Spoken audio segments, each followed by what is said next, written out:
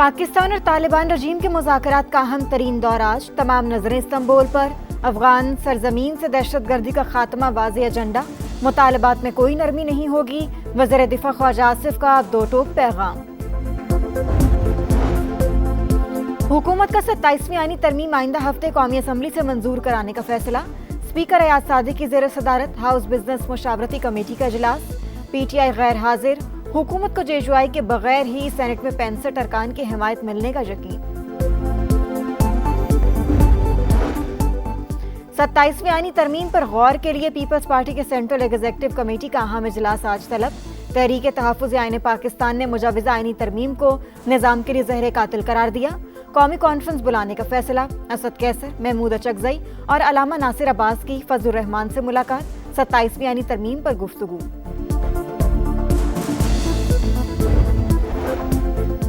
بلاول بھٹو کا حق ہے کہ وہ اپنی رائے دیں، تمام جماعتوں سے مشاورت کے بعد ہی ترمیم سامنے لائیں گے۔ وزیر دفاع خواجہ آصف کی میڈیا سے گفتگو۔ وزیر منصوبہ بندی احسن اقبال بولے، 45 سال میں جنگی حکمت عملیاں بدل چکی، مضبوط دفاع کے لیے 27ویں ترمیم کے ذریعے تبدیلیاں کریں گے۔ مضبوط عدلیہ، مضبوط دفاع اور مضبوط جمہوریت ہماری خواہش، ایسی ترمیم نہیں لائیں گے جس سے آئین کی بنیاد کمزور ہو۔ جمعے کو ترمیم کا مسودہ سامنے آ جائے گا۔ اپوزیشن ملک کی مضبوطی کے لیے آئینی ترمیم پر تجاویز دے۔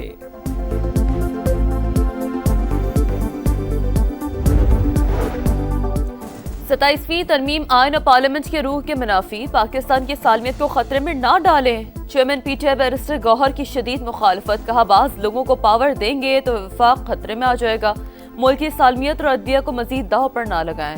PTI پارلیمانی پارٹی کا ترمیم کے خلاف پارلیمنٹ کے اندر اور باہر بھرپور احتجاج کا فیصلہ۔ وزیر اعلیٰ خیبر پختونخوا نے بھی آئینی ترمیم کی مخالفت کر دی، بولے صوبائی خود مختاری پر حملہ برداشت نہیں کریں گے۔ تحریک تحفظ آئین پاکستان نے مجوزہ آئینی ترمیم کو نظام کے لیے زہر قاتل قرار دیا۔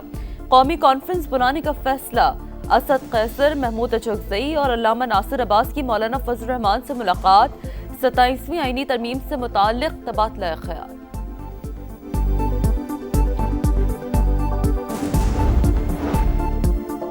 27ویں آئینی ترمیم پر کیا لائے عمل اختیار کیا جائے؟ پیپلز پارٹی نے سینٹرل ایگزیکٹو کمیٹی کا اہم اجلاس آج طلب کر لیا۔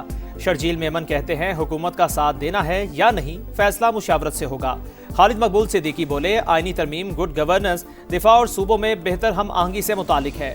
سینیٹر فیصل وافڈا کی مولانا فضل الرحمان سے ملاقات، بولے JUI سربراہ ترمیم کا جائزہ لیں گے، حکومت بھی رابطہ کرے گی، نمبر گیم کا کوئی مسئلہ نہیں، 28ویں ترمیم کے لیے بھی بے تاب ہوں۔ سہیل آفریدی، مولا جٹ کی سیاست نہ کریں، اسلام آباد آئے تو پھینٹا لگے گا۔ مولانا فضل الرحمان نے کہا بلاول بھٹو نے 27ویں ترمیم کا پرچہ آؤٹ کر دیا۔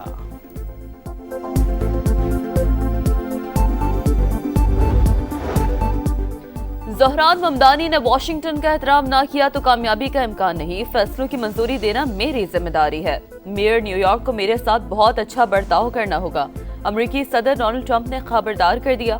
فاکس نیوز کو انٹرویو میں ملاقات کا مشورہ، بولے خواہش ہے نیا میئر کامیاب ہو۔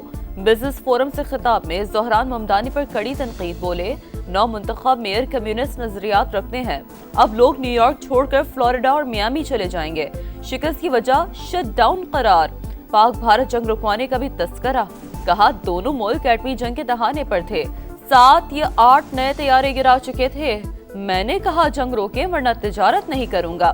امریکہ جوہری طاقت میں نمبر 1 لیکن اعتراف سے نفرت ہے، روس دوسرے اور چین تیسرے نمبر پر ہے، 4 سے 5 سال میں چین بھی ہمارے برابر آ جائے گا۔ دیکھتے ہیں تینوں ممالک کے درمیان تخفیف اسلحہ منصوبہ کامیاب ہوتا ہے یا نہیں۔ الیکشن میں کامیابی ڈونلڈ ٹرمپ کے لیے سبق، شٹ ڈاؤن کے ذمہ دار خود صدر ہیں۔ Mayor new York Dhahran Mamdani کی پریس کانفرنس، کہا حلف اٹھانے کے بعد شہر میں نئے دور کا آغاز ہوگا، خواتین پر مبنی 4 رکنی عبوری ٹیم کا اعلان، حامیوں سے خطاب میں کہا ڈونلڈ ٹرمپ سن لیں، نیو یارک تارکین وطن کا شہر ہے اور رہے گا، موروثی سیاست کا خاتمہ کر دیا، یہاں اسلاموفوبیا کی کوئی گنجائش نہیں، 10 لاکھ مسلمان خود کو اس شہر کا حصہ سمجھیں۔ تقریر کے دوران قرآن کریم کی آیات بھی پڑھتے رہے، ٹیکسی ڈرائیورز، نرسنگ اور ورکنگ کلاس سے اظہار تشکر۔ زہران ممدانی نے شاندار فتح حاصل کی، عوام نے خوف پر امید اور تقسیم پر اتحاد کو ترجیح دی، میئر لندن صادق خان کی نو منتخب میئر کو مبارکباد، کہا مخالفین زہران کے عقیدے کو اس کے خلاف استعمال کرنے کی کوشش کی لیکن ناکام رہے۔ لندن کی طرح نیو یارک بھی آزاد خیال، ترقی پسند اور کامیاب شہر ہے، ہماری سوچ ڈونلڈ ٹرمپ کے بالکل برعکس ہے۔ وزیر اعلی پنجاب مریم نواز کی سربراہی میں کابینہ اجلاس، کالعدن تنظیم ٹی ایل پی پر پابندی کی توثیق، انسداد انتہا پسندی مرکز کے بورڈ آف گورنرز کی تشکیل کی منظوری، گندم پالیسی کے تحت شعبے کو مارکیٹ ماڈل میں منتقل کرنے کا معاملہ مؤخر، الیکٹرو بس کے کرایوں میں اضافے کی تجویز مسترد، لاہور تا راولپنڈی ہائی سپیڈ ریل کے لیے ایم او یو اور air Punjab private limited company کے قیام کی منظوری۔ لاہور پولیس کا لین دین کے مقدمے میں گرفتار ملزم کے گھر پر اسلحے کی ریکوری کے لیے چھاپا، غازی آباد میں واقع گھر سے خودکش جیکٹ مل گئی، بارودی مواد بھی موجود تھا، تحقیقات جاری۔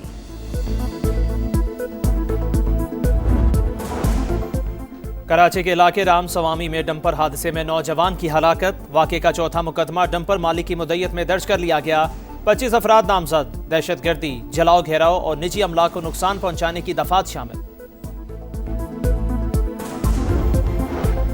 لاہور کے علاقے شیراکوٹ میں پولیس کی کارروائی، ناکے پر مردہ جانوروں کے 300 کلو سے زائد سری پائے قبضے میں لے لیے، مضر صحت سری پائے ڈیرہ اسماعیل خان سے لائے گئے تھے، ایک ملزم گرفتار۔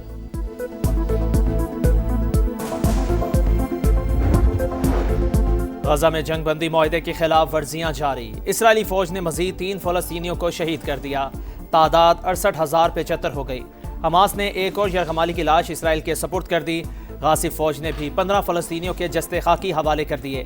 شہر میں بھوک کے ڈیرے، 2 وقت کی روٹی ملنا بھی مشکل، مغربی کنارے میں گھر گھر چھاپے، 60 افراد گرفتار، حال ہی میں رہا ہونے والے فلسطینی بھی شامل۔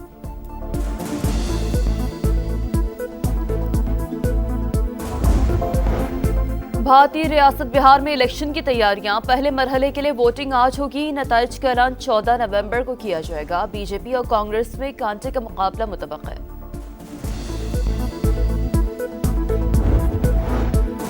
مقبوضہ کشمیر سمیت دنیا بھر میں مقیم کشمیری آج یوم شہدائے جموں منائیں گے۔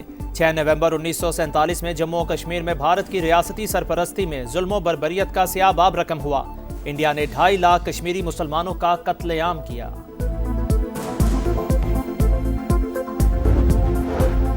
سکھ مذہب کے بانی بابا گرو نانک کے جنم دن کی تقریبات ختم، آتش بازی کا شاندار مظاہرہ، آسمان رنگوں میں نہا گیا۔ تیسرے روز مرکزی گردوارہ جنم استھان میں ارداس اور بھوگ کی رسم ادا کی گئی، یاتریوں کا بہترین انتظامات پر حکومت سے اظہار تشکر۔